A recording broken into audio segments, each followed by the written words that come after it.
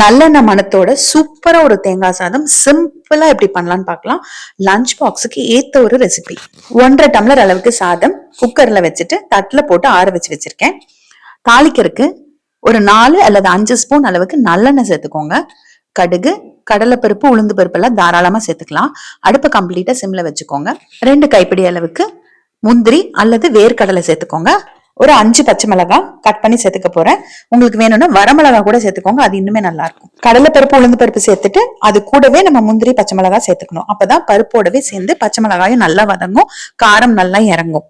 இப்ப இது கூட 2 கைப்பிடி அளவுக்கு துருவின தேங்காய், கிட்டத்தட்ட ஒரு மூடி தேங்காய் ஃபுல்லாவே துருவி எடுத்திருக்கேன். அதுவும் சேர்த்துட்டு ஒரே ஒரு நிமிஷம் வதக்கி விட்டுக்கோங்க. கருவேப்பிலையும் கட் பண்ணி வச்சிருக்கேன், அதுவும் சேர்த்து வதக்கிக்கிறேன். நீங்க கருவேப்பிலை வேணும்னா முதலே எண்ணெயில சேர்த்து கூட வதக்கிட்டு அப்புறமா நீங்க தேங்காயை சேர்த்துக்கோங்க.